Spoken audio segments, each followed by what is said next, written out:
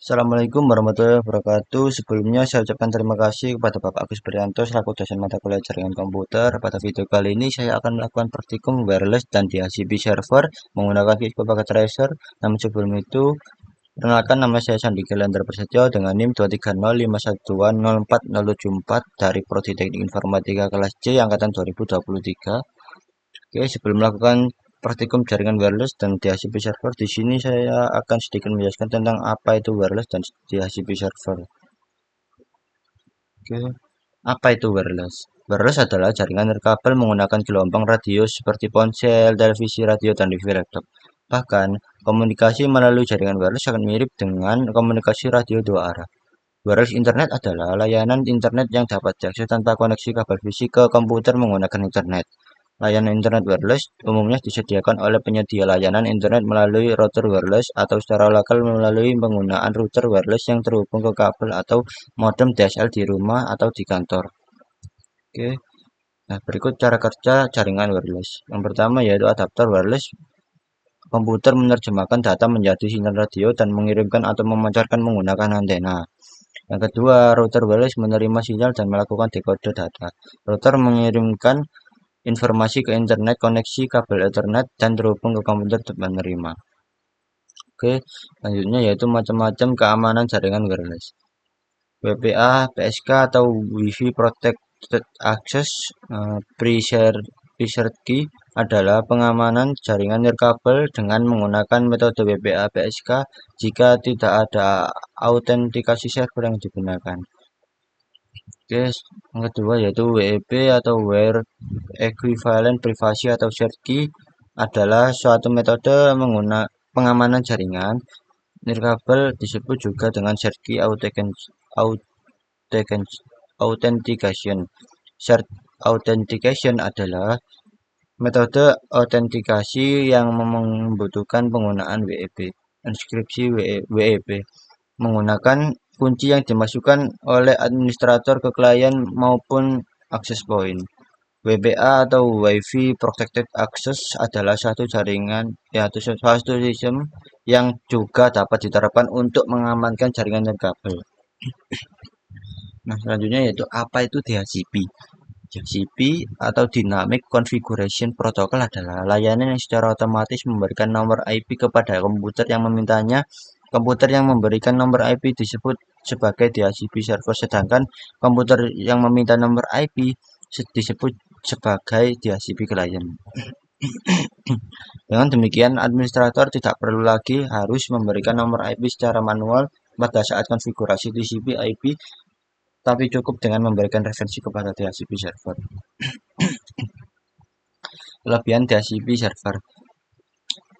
Yang pertama, memudahkan dalam transfer data kepada PC klien atau PC server. Yang kedua, DHCP menyediakan alamat-alamat IP secara dinamik dan konfigurasi lain. DHCP ini didesain untuk melayani network yang besar dan konfigurasi TCP IP yang kompleks. Yang ketiga, DHCP memungkinkan suatu klien menggunakan alamat TCP yang reusable. Artinya alamat IP tersebut bisa dipakai oleh klien yang lain jika klien tersebut tidak sedang menggunakan atau off. Oke, berikut kekurangan DHCP server. Semua pemberian IP bergantung pada server, maka dari hal itu, jika server mati, maka semua komputer akan disconnect dan saling tidak terhubung. Oke, selanjutnya metode konfigurasi DHCP. Yang pertama yaitu konfigurasi dengan range secara random otomatis IP.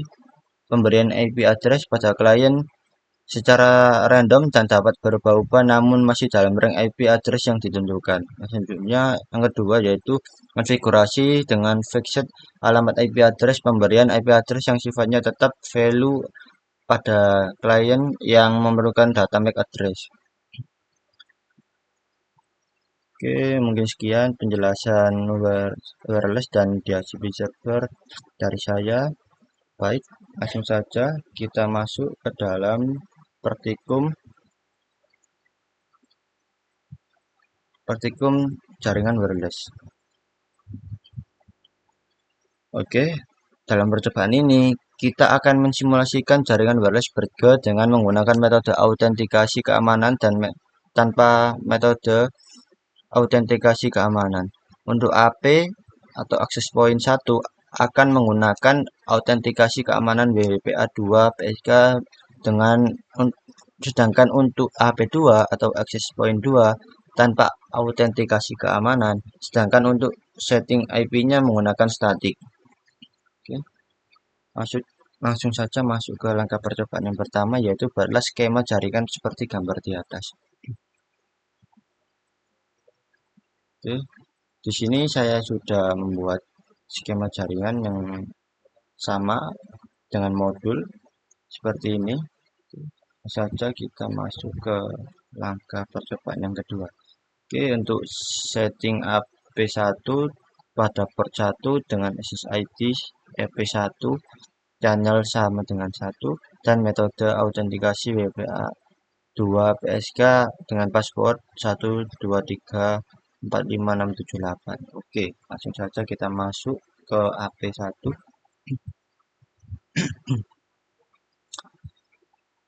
Oke, kita cek pada bagian port 1. Sini sama ya, saya seperti yang ada di modul.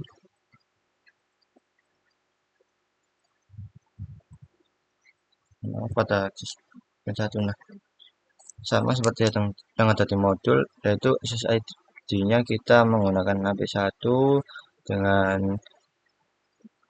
D.4 GHz channel menggunakan 6, lalu WPA2 PSK-nya dengan passwordnya 1 sampai 8. Oke, lanjut ke langkah berikutnya, yaitu setting AP2 pada port 1 dengan SSID AP2 channel 6 tanpa menggunakan metode keamanan. Oke, jadi kita masuk ke AP2, kita masuk ke port 1 dengan SSID-nya AP2, channelnya 6 dengan authentication disable tanpa keamanan ya.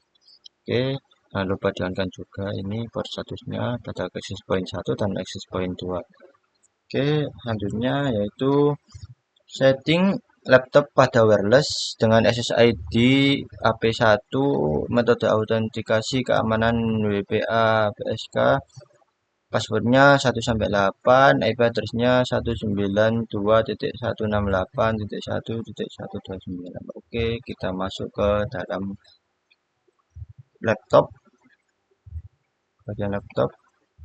Oke, kita cek pada jaringan wireless.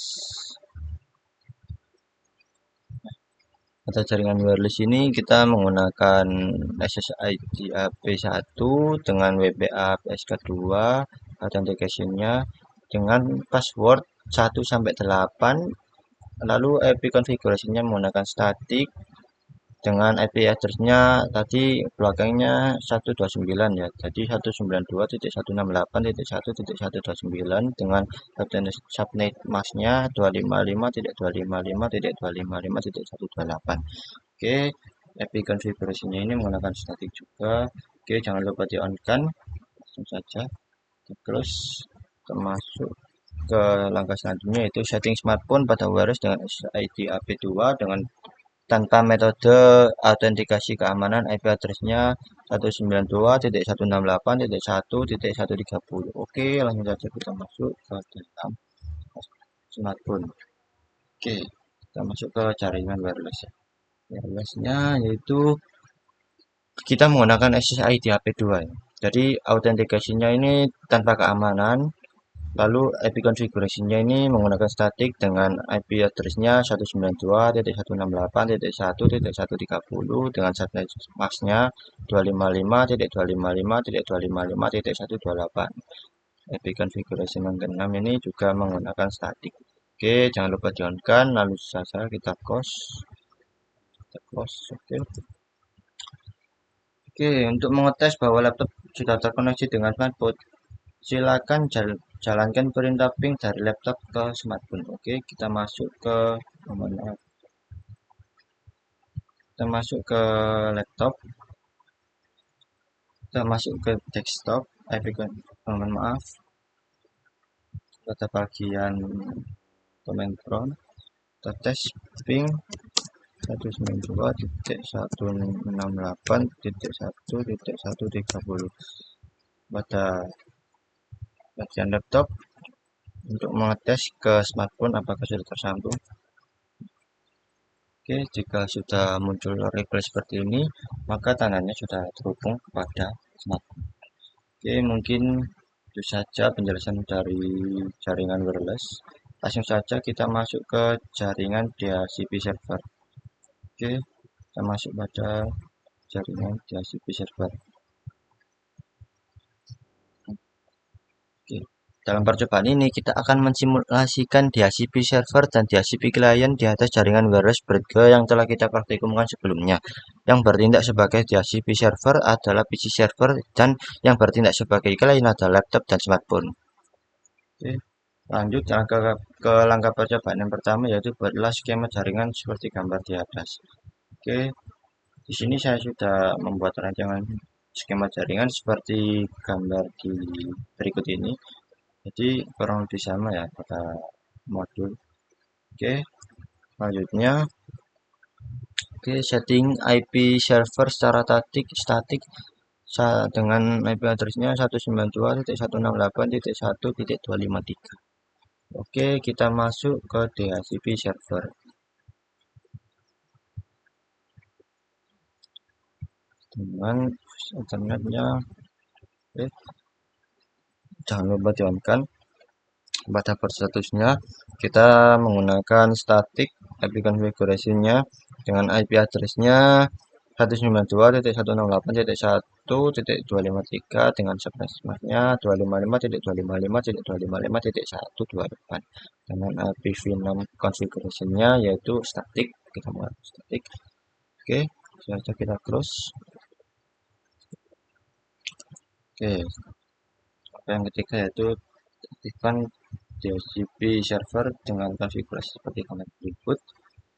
Oke, pada DHCP server ini kita cek pada bagian service, lalu klik pada bagian DHCP dan tambahkan seperti langkah berikut, yaitu kita gunakan pool name-nya server pool, default gateway-nya 192.168.1.254 yang di atas server 33.33.33.33, lalu start IP address-nya 192.168.1.151. Oke, dengan subnet mask-nya 255.255.255.128. Oke, kita di sini sudah menambahkan seperti yang ada di modul ya.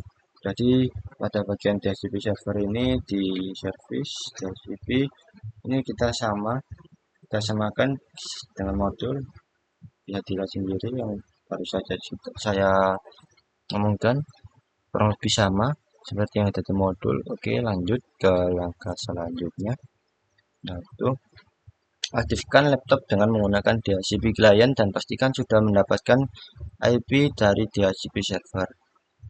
Oke, kita lanjut ke bagian laptop. Oke, kita masuk ke desktop.